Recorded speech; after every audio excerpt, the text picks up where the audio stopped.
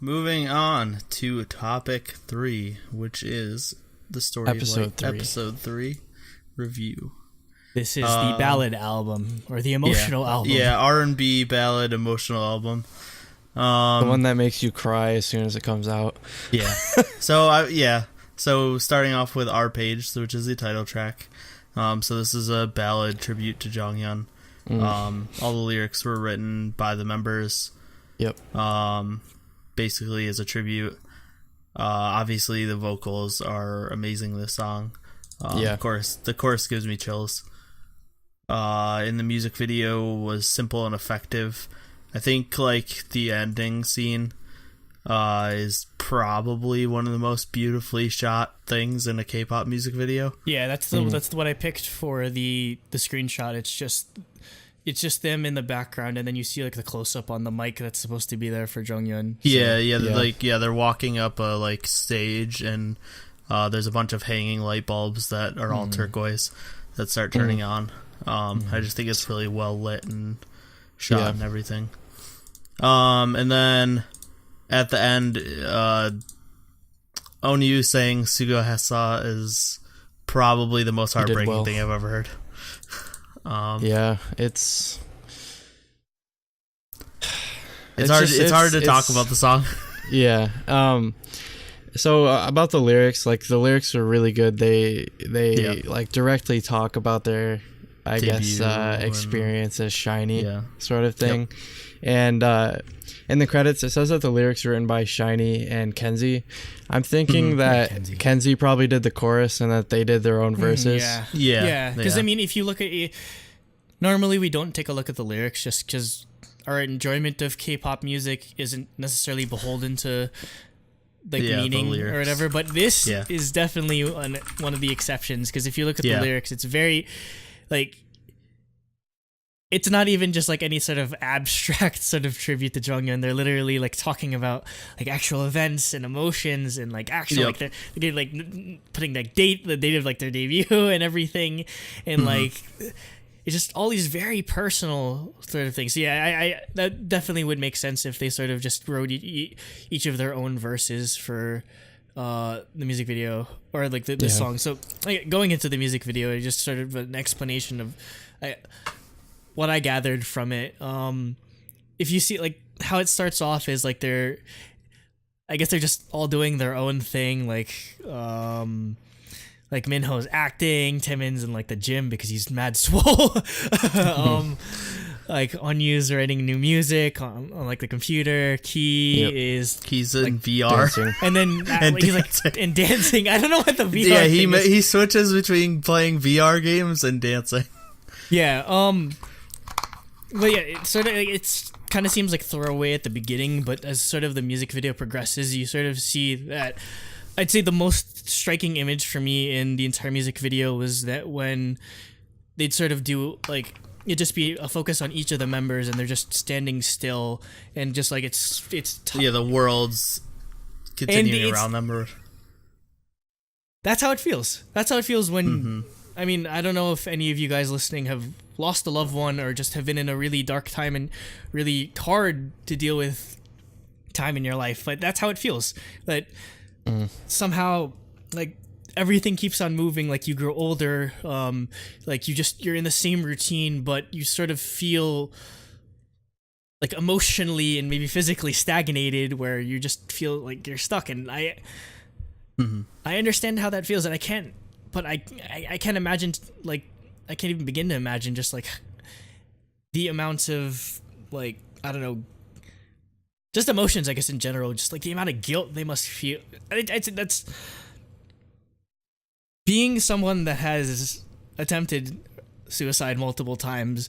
The one thing that just made me never want to go through with it is I could never fucking imagine putting that kind of like worry and anxiety and stress and like pain on another person, like my family, my friends, and I can't imagine the amount of grief and like the amount of guilt they must feel. Like, why the fuck wasn't I able to, see this coming, or why wasn't I able to, I don't know, like help him? And it's just the most like it's the worst feeling, and you just feel so helpless. And that's why I'd never, no matter how many times I was so hell bent on doing it, that's the one thing that kept me from doing it, because I never want to put that much on somebody else. So I can't even begin to imagine the amount of pain that they must be going through. And the reason why I'm glad that they're doing this is because, like,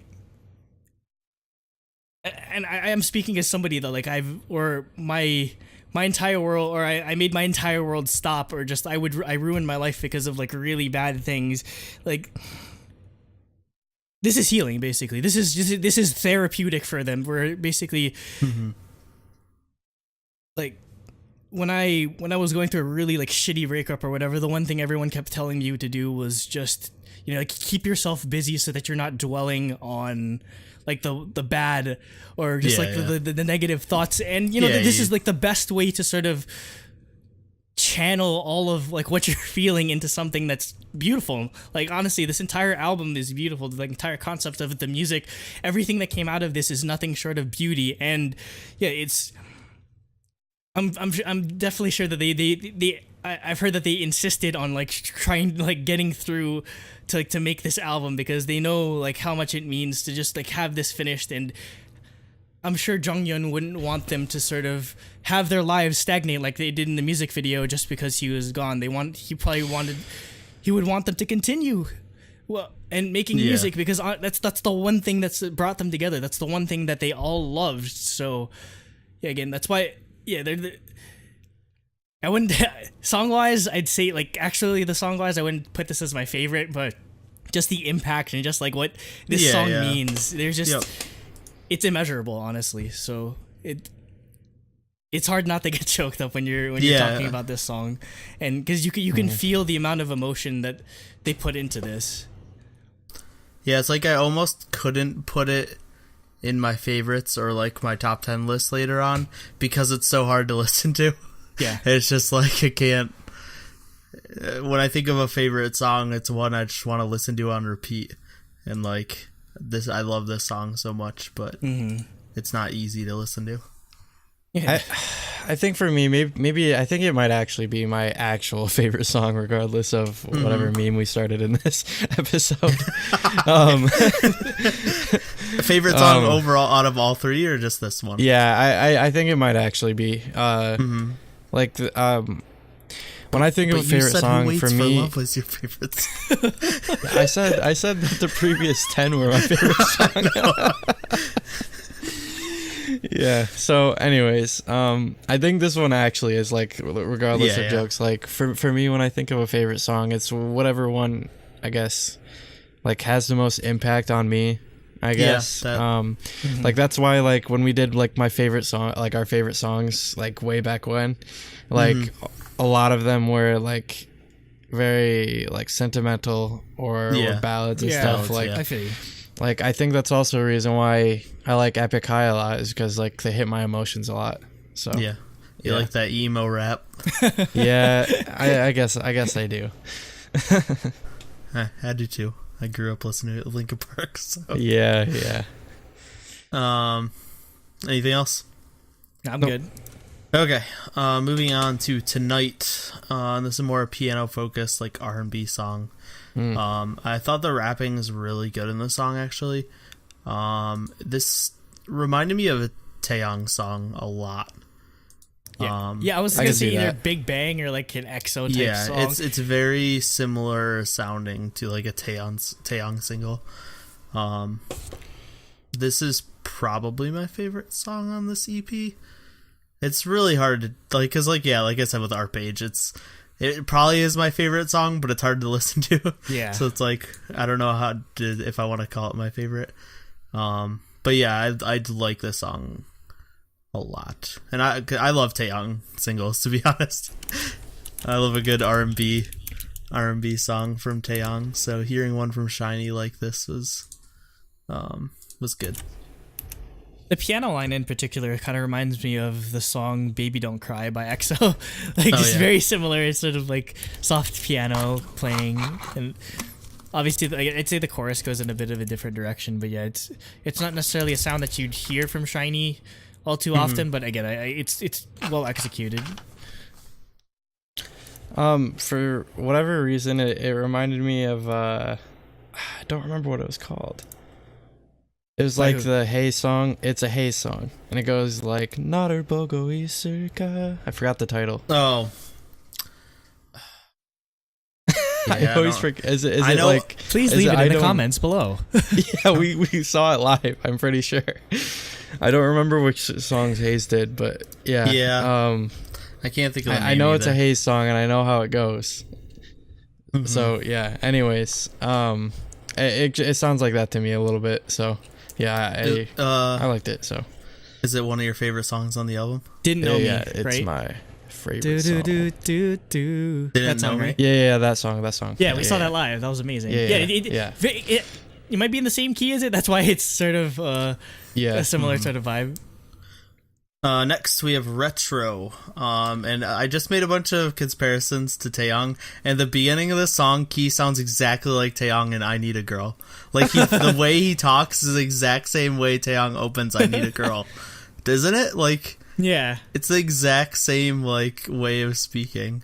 And it's both English lines, so that was funny. The song isn't like a Taeyong song, but that part, I was just like, this sounds like Taeyong talking at the beginning of this song. But yeah, it's just like a really chill, like funky song. I really, really like the instrumentals in the song. They stood out a lot. This is the song that Andreas Ohlberg was talking about at his panel. Yep. That he said he produced for SHINee. Yep. Yeah. I was looking forward to hearing what this sounded like. Yeah, and it definitely delivered. I mean, jazz brushes, stand-up bass. This song's made for me, basically. Yeah, exactly. I knew awesome. when I heard this, I was like, this is Andrew's song. Yeah. Andreas Ohlberg, again, like, the song's made for me, basically. Just really, really love, like, these type of songs definitely fit SHINee very well with the way they harmonize, so I'd like to see a bit more, because, I mean, they kind of go into this, like, jazzy type of vibe, and maybe they're more of their Japanese music, because, like, Get the Treasure is probably more hype than this, but it definitely fit into more of that jazzy vibe, but yeah, I'm glad that they're still bringing it into the Korean music as well. Mm-hmm. I like the rap a lot in the beginning with Key and Minho, like, kind of going back and forth a little bit. Yeah, that's what I liked about it. Yep. It's my favorite song in the album. One of his favorite songs. Next is I Say, and this is a piano-focused SHINee ballad. Yep. It's a ballad. It's a really good ballad because it's SHINee, but nothing crazy.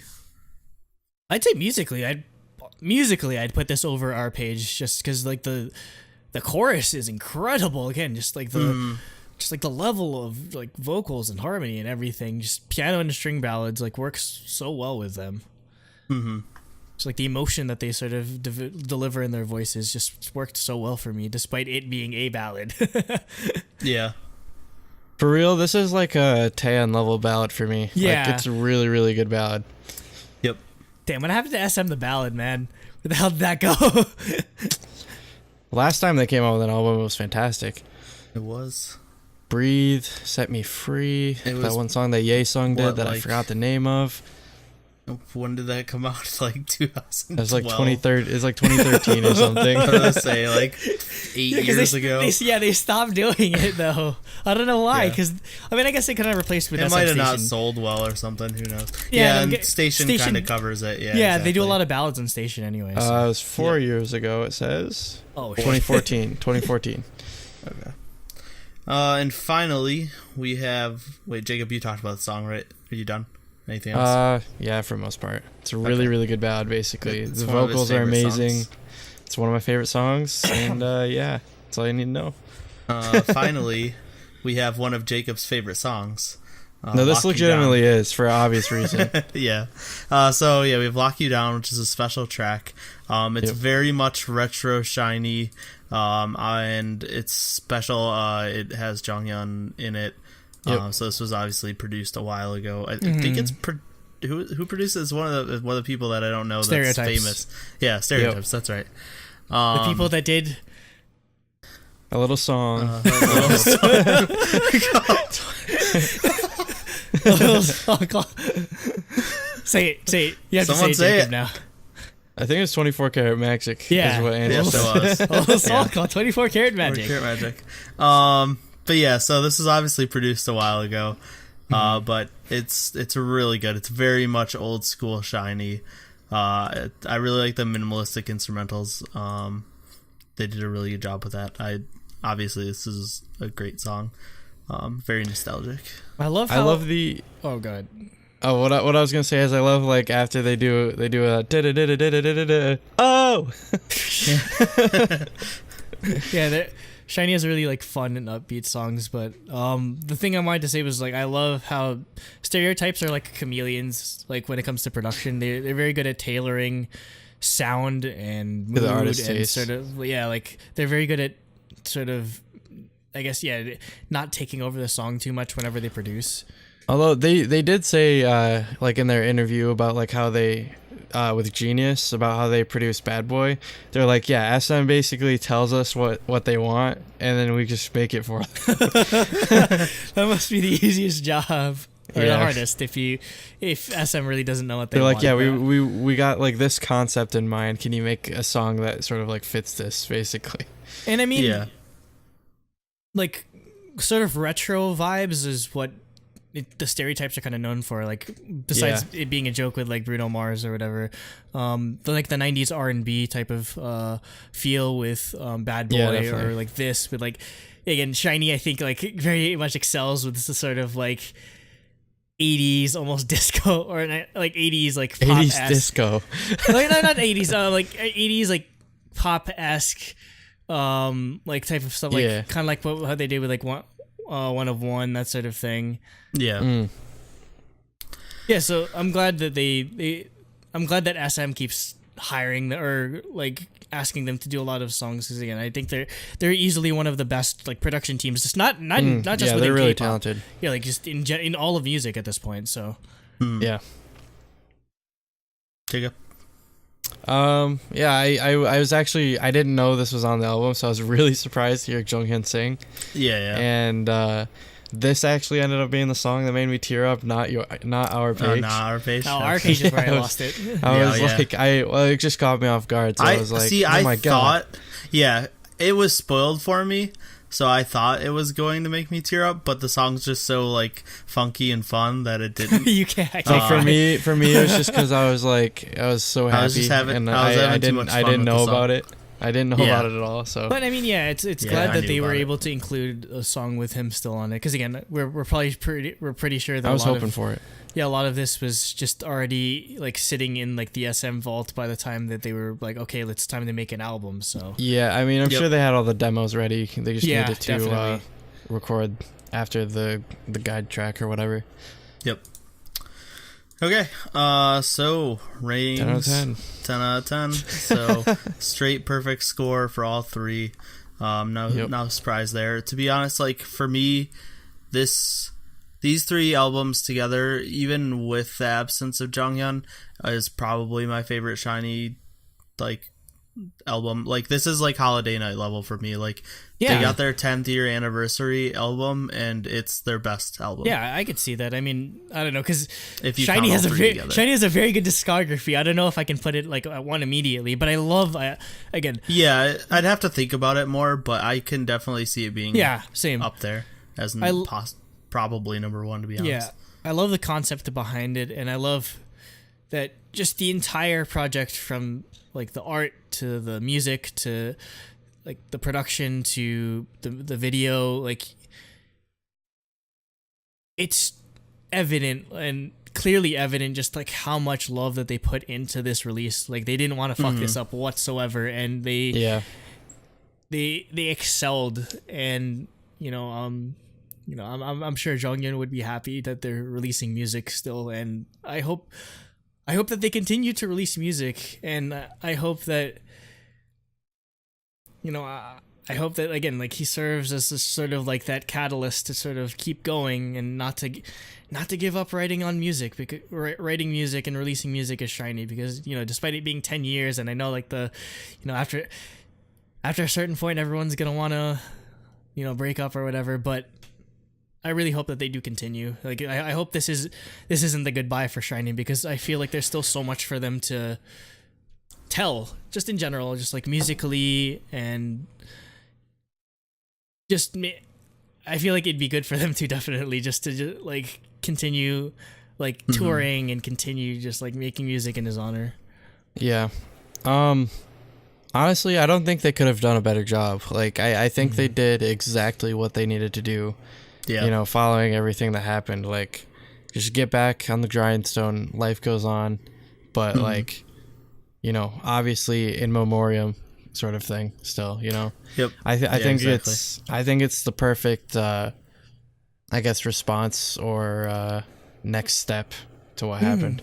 So the one thing I'm glad is that it's this entire like 15 album track, it wasn't like a cry fest or whatever. It's like you celebrate him by doing like the music that you love doing. It's like this type of like really happy music. You have to just like that's definitely the best way. Like as much as I love it, like as much as I love indulging myself in like the emo-ness of music or whatever, but I feel like this is what they needed so much, just for them to just sort of heal and move on with their lives. So well, like even our page, it's a ballad, but it's more of an uplifting one. Yeah, it is definitely. Yeah, it's very uplifting. Yeah, because and that's so important. Like just the mentality that you have after like a huge tragedy or just like losing a loved one. That's so vital. And I don't think I've ever been more proud of any group, honestly, or any group in the aftermath. Maybe with Ladies Code in the aftermath of